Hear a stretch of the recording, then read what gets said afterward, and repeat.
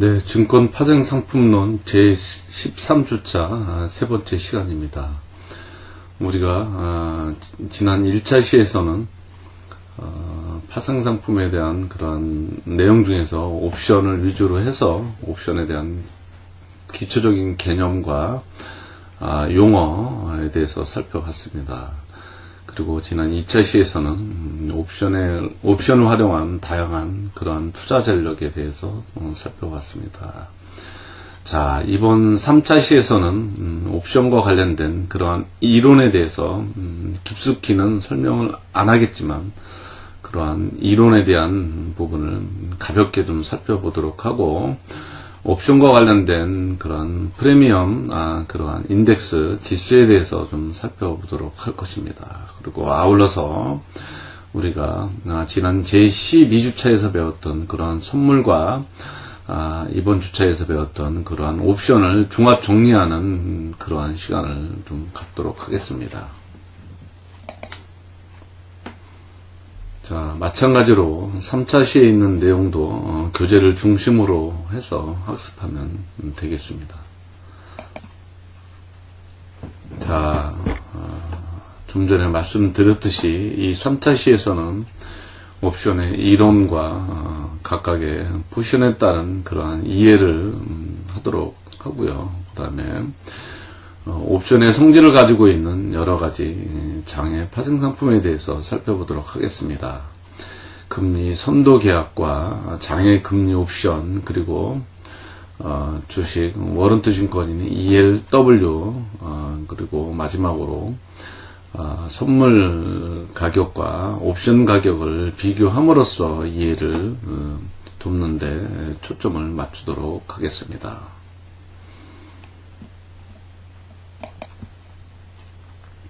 자, 옵션 이론의 대표적인 것은 블랙 숄즈 모형입니다.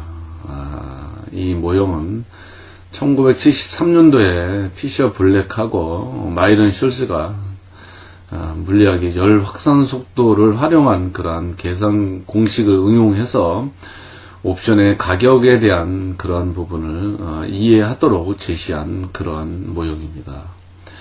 이 모형은 기본적으로 주가는 연속적으로 변한 그 무작위성, 즉 랜덤 워크를 따른다는 그러한 가정하에, 또 주가 수익률은 정규 분포를 늘 보인다는 그러한 가정을 전제로 해서 옵션 가격을 설명한 이론입니다. 물론 이 이론에 대해서도 가정이 좀 정리를 했습니다. 즉 거래 비용도 실제적으로 발생을 하지 않고, 또 시장에서 주식 없이 발행하는 그런 공매도, 이거에 대한 제한도 없고, 또한 주식의 배당과 차익거래 기여도 존재하지 않는다는 그러한 가정하에 그 옵션의 가격을 설명하는 이론입니다. 물론 실제적으로 금융시장에서 당연히 거래 비용도 존재를 하고 있고, 공매도에 대해서도 무한정 그렇게 제한을 하는 것, 제한이 없는 것은 아닙니다.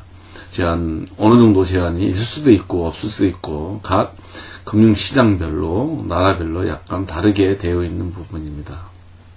또한 주식의 배당과 차익거래 기회도 존재하지 않는다고 가정을 했지만, 일부 시장이 왜곡되는 그러한 상황이 있을 수 있기 때문에 차익거래도 어느 정도 발생이 될 수 있는 여지는 있습니다. 하지만 이러한 가정하에 그 주가가 연속적으로 변화하는 그런 랜덤워크 상태에서 정규 분포를 보인다는 가정하에 옵션을 가격을 설명하는 그러한 이론이 되겠습니다.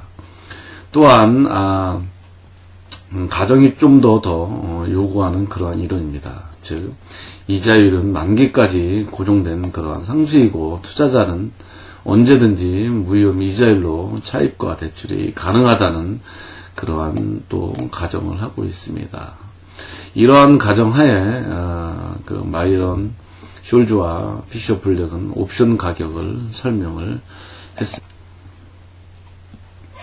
자, 이 모형은 옵션 거래자가 콜옵션의 매도나 또는 매입, 그와 동시에 적정량의 그러한 기초자산을 매입하거나 매도함으로써 본인이 처해 있는 그러한 가격 변동 위험을 완전히 회피할 수 있다는 그러한 그 이론을 전개했습니다. 하지만 이 이론에 대해서는 아까 얘기했다시피 엄격한 가정을 설정을 했죠.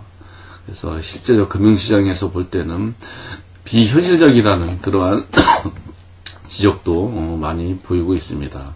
하지만 옵션 가격을 이해하고 설명하는 데 있어서 가장 폭넓게 활용되고 있는 그러한 모형이라고 볼 수 있습니다. 무엇보다 이 모형은 계산하기가 좀 쉽고 어느 정도 논리적이고 일관성 있는 그러한 이론적 그 배경이 있기 때문에 그래도 옵션을 이해하는데 많이 활용되고 있는 그러한 이론이라고 이렇게 볼 수 있습니다.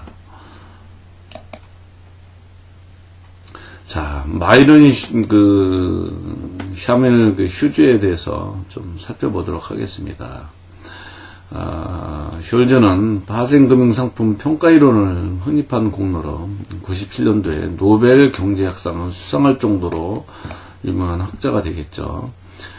1969년 미국 시카고 경영대학원에서 박사학위를 취득을 했고 83년부터 지금까지 스탠퍼드대 경영대학원 교수로서 파이낸스 쪽, 그 다음에 인베스트먼트 쪽, 그 다음에 딜버티브스와 같은 그런 분야를 주로 강의를 하고 있습니다.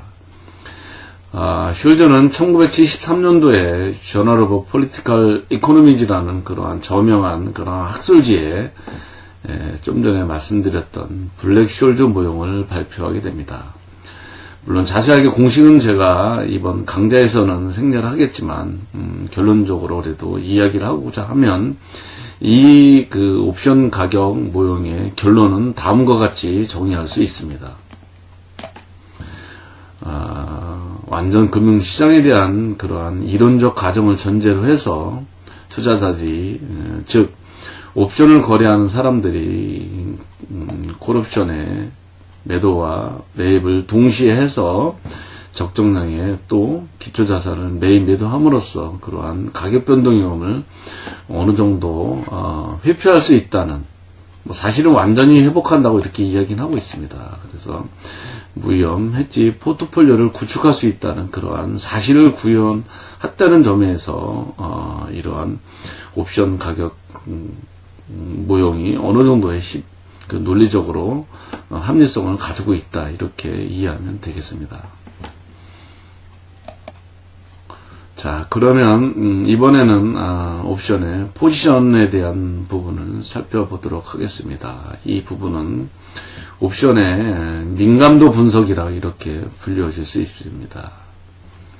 자, 우리가 매수자가 매도자에게 지급하는 그 옵션 프리미엄 있죠. 이러한 그 프리미엄은 당연히 그 기초자산의 그러한 현재가, 그리고 미래 행사 가격, 그 다음에 시장의 이자율, 그리고 변동성, 그리고 옵션에 대한 만기에 의해서 그 영향을 많이 받을 수 있겠죠. 따라서 옵션 프리미엄에 영향을 미치는 독립 변수들에 대한 그러한 옵션 그 프리미엄의 민감도를 그러한 살펴보는 것이 무엇보다도 중요하다고 이렇게 판단이 됩니다. 그래서 이러한 그 민감도 지표에는 크게 5가지가 있습니다. 델타, 감마, 세타, 베가, 로가 있습니다. 그래서 5가지 그 인덱스에 대해서 좀 살펴보는 시간을 갖도록 하겠습니다.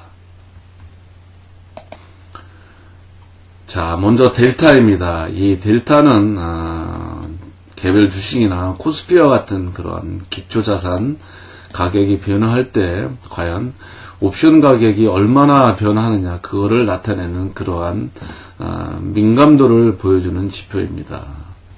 자, 공식 이렇게 되어 있죠. 옵션 가격의 변화분 나누기 기초자산 가격 변화분으로 나눠서 계산을 합니다. 이 델타는 기본적으로 잔존기간이 길수록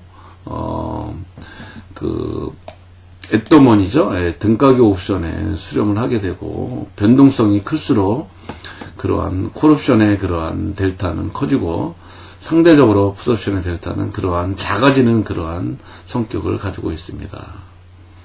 자, 콜옵션의 델타와 풋옵션의 델타를 가격의 움직임을 보도록 하겠습니다. 먼저 콜옵션의 델타인 경우에는 그 아웃더머니죠. 예, 외가격에서는 0에 가깝고 인더머니 즉 내가격에서는 1에 그 가까운 모습을 보이고 있습니다. 반대로 풋옵션인 델타인 경우에는 인더머니인 내가격에서는 마이너스 1에 가깝고 아웃더머니인 외가격에서는 제로에 가까운 그러한 모습을 나타내고 있습니다. 아울러서 등가격인 그러한 앳더머니 옵션의 델타는 플러스 마이너스 0.5 범위 내에서 움직이고 있습니다. 자, 두 번째 감마입니다. 이 감마는 기초자산의 변화에 따르는 델타 값의 변화율입니다. 그래서 델타의 변화를 대상물 가격의 변화로 이렇게 나눠서 이렇게 계산을 하게 됩니다. 이러한 감마는 높을수록 대상 자산에 대한 가격에 대한 그 변동성이 크다는 것을 의미를 하고 있습니다. 또한 이러한 감마는 잔존 기간이 짧으면 짧을수록 그러한 커지게 되는 그러한 상태를 보이게 됩니다. 자, 세 번째는 세타입니다. 이 세타는 잔존기간 만기의 변화에 따라서 옵션의 가치가 어떻게 변하는지를 나타내는 그러한 민감도를 나타내고 있습니다. 자, 세타는 옵션 가격의 변화 부분을 그 시간의 변화율로 이렇게 나눠서 계산을 하게 됩니다.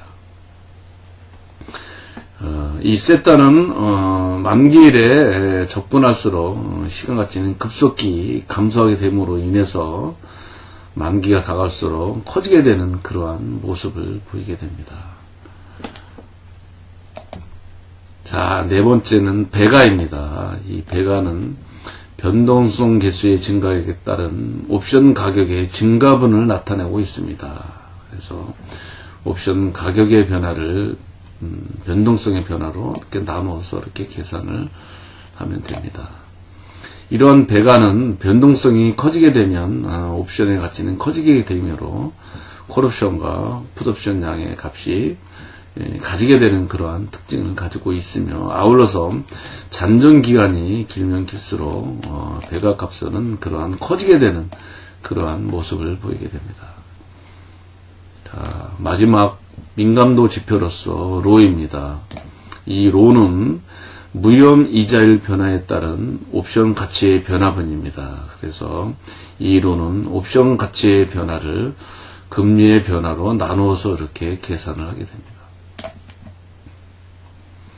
자, 로의 그 측면을 볼까요? 금리 변화에 따라서 기초자산의 가격을 상승시키거나 하락시킬 수 있는 그런 부분이 발생됐겠죠. 이 부분은 로 값과는 아무런 상관이 없는 그러한 부분이 되겠습니다. 따라서 옵션의 가격은 금리 변화에 그 탄력적이지 않는 그 비탄력적입니다. 따라서 로에 대한 그러한 상대적 중요성은 다른 옵션 프리미엄 민감도 지표보다는 좀 떨어지는 그러한 편입니다. 따라서 옵션의 프리미엄 민감도 지표는 무엇보다도 델타와 세타가 가장 중요한 그러한 인덱스라 이렇게 여러분들은 이해를 하면 될 것 같습니다. 자, 그러면 이번에는 옵션과 연관된 그런 파생상품에 대해서 몇 가지 살펴보도록 하겠습니다. 먼저 금리 선도 계약입니다. 이 계약은 미래에 필요한 자금에 대해서 매도자와 매수자가 각기 금리를 고정시켜주는 계약이라 이렇게 볼 수 있습니다. 이 금리 선도 계약은 만기에 가서 당사자 간의 현금의 인수도가 일어나지는 않고 당초에 약정한 금리와 만기 시점에 실현된 금리만큼 그 차액만큼만 결제하는 그러한 차액 방식을 가지고 있습니다. 이 FRA에 있어서 매수자는 우리는 자금의 조달자라고 이렇게 부르고 있고 매도자는 자금 운용자라고 이렇게 불리고 있습니다. 만약에 매도자와 매수자가 각기 금리를 4%로 지켜놓는 계약을 체결했다고 봤을 때 만기에 만약에 그 금리가 만약에 5.2% 간다 그러면 5.2 마이너스 4%, 즉 1.2만큼 차액만큼 결제라는 그러한 차액 결제 방식이라고 이렇게 볼 수가 있습니다. 자, 두 번째 장외 금리 옵션에 대해서 살펴보도록 하겠습니다. 먼저 금리 캡 계약입니다. 캡이라는 거는 모자란 뜻이죠. 그래서 맨 위를 의미를 하겠죠. 그래서 금리 지급의 그 상한을 사전에 미리 약정을 해서 금리가 일정 수준을 넘어서지 않으면 그 실현된 금리만으로 이렇게 결제를 하는 방식입니다. 만약에 일정한 수준을 넘어설 경우에도 그러한 캡만큼만 결제하는 그러한 금리 옵션이 되겠습니다. 그래서 만약에 금리가 일정 수준을 이렇게 돌파할 경우 있죠. 이런 경우에는 사전에 정해진 그러한 금리 있죠. 이렇게 해서 금리가 어느 정도 위에를 상향 돌파하더라도 더 이상 위에만큼 결제를 안 하고 그런 차액만큼 요만큼만 이렇게 프리미엄을 가지고 결제하는 방식이다 이렇게 이해하면 되겠습니다. 자, 플로어 계약입니다. 이거는 금리 바닥이란 뜻이죠. 그래서 금리 지급 시점의 금리가 일정 수준 이하로 하락하는 경우에도 계약된 금리만큼, 즉 금리 하락한 만큼만 결제를 하는 그러한 금리 옵션이 되겠습니다. 자, 변동금리 결제를 구조를 이렇게 보고 금리 플로어의 그 금리 구조를 이렇게 봤을 때 금리가 더 이상 이렇게 하락하더라도 밑에서 이렇게 다 하한을 막는 부분이죠. 그래서 그러한 부분, 요 차액만큼만 있죠.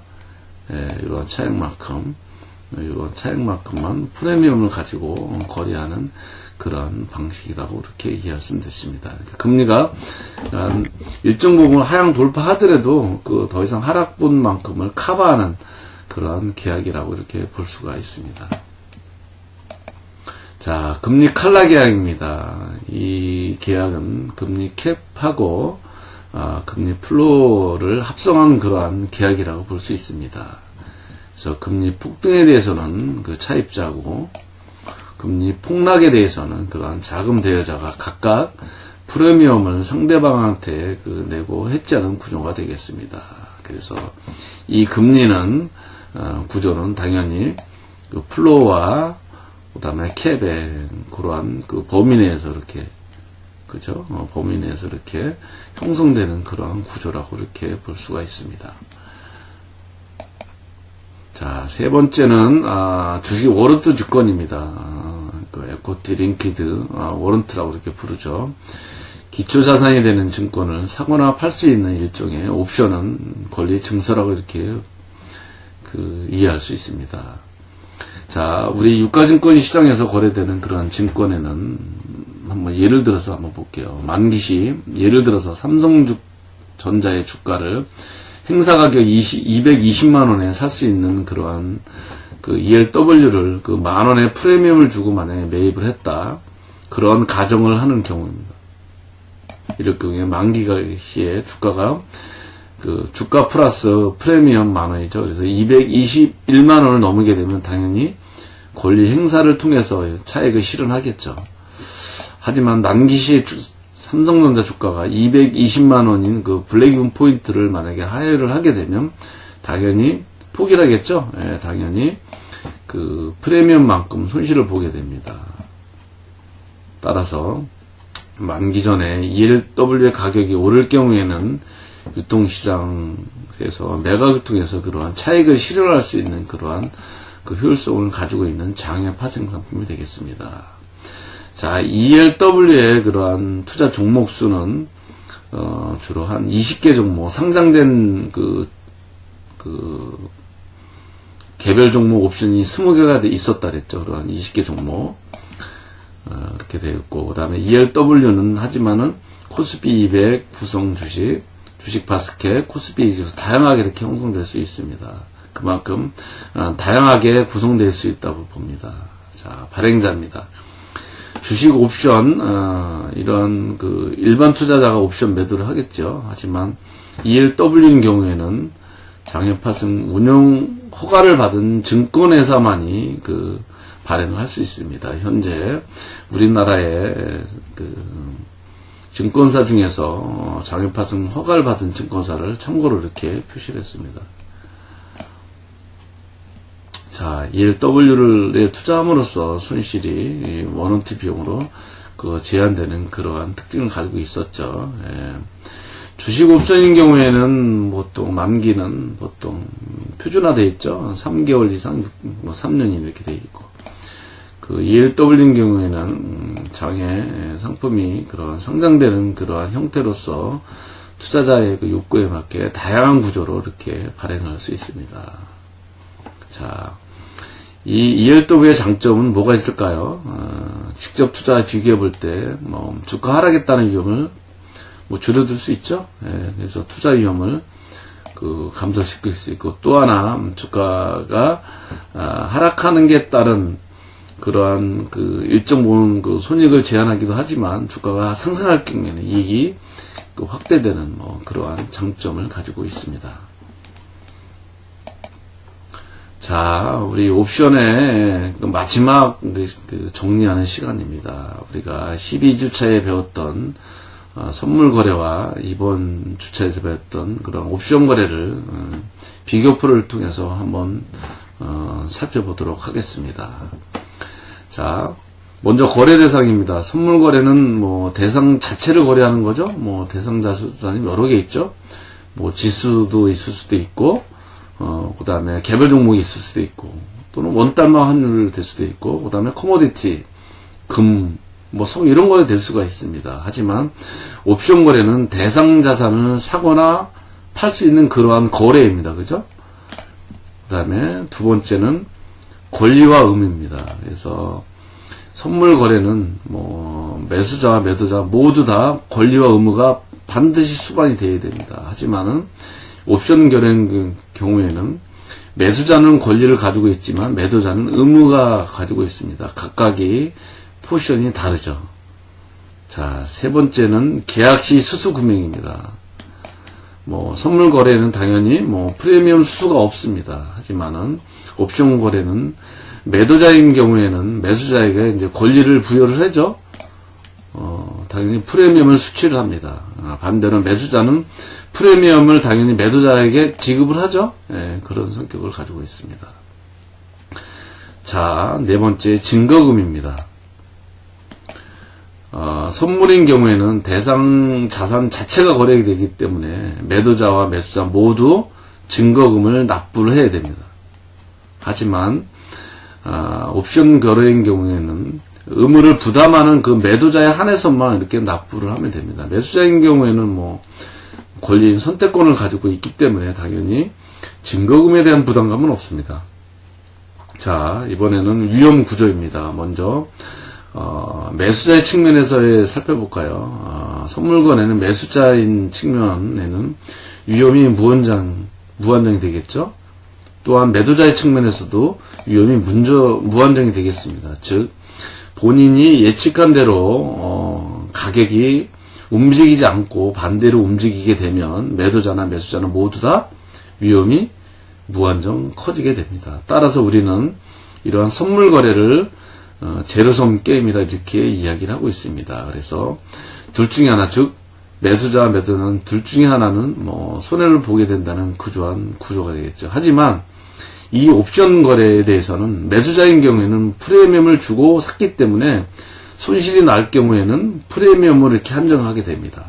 그러나 매도자인 경우에는 프리미엄을 받고 매도를 했기 때문에 그러한 위험이 무한정으로 커지게 되는 그러한 모습을 보이고 있습니다. 물론 매수자가 옵션을 포기할 경우에는 당연히 위험은 줄어들 수 있죠. 예, 그럴 경우에는 프리미엄만큼만 위험이 줄어들겠죠.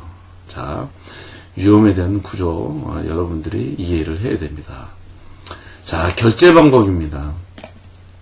이 선물 거래는 물론 만기가 있지만 투자자에 대한 위험 관리와 그다음에 정산을 위해서 반대 매매를 통해서 하는 그러한 제도가 되어 있습니다. 즉 일일 정산을 하는 제도겠죠. 만약에 반대 매매를 통한 일일 정산을 안 하고 만기일 때까지 가져갈 수도 있습니다. 그럴 경우에는 미결제 약정으로서 만기일에 최종 결제가 이루어지겠죠. 하지만 옵션 거래는 언제든지 반대 매매를 하거나 아니면 또는 권리 행사를 통해서 결제를 할 수 있는 그러한 구조가 되겠습니다. 자, 우리가 13주차에서 옵션에 대한 내용을 좀 살펴봤습니다. 자, 여러분들 수고하셨습니다.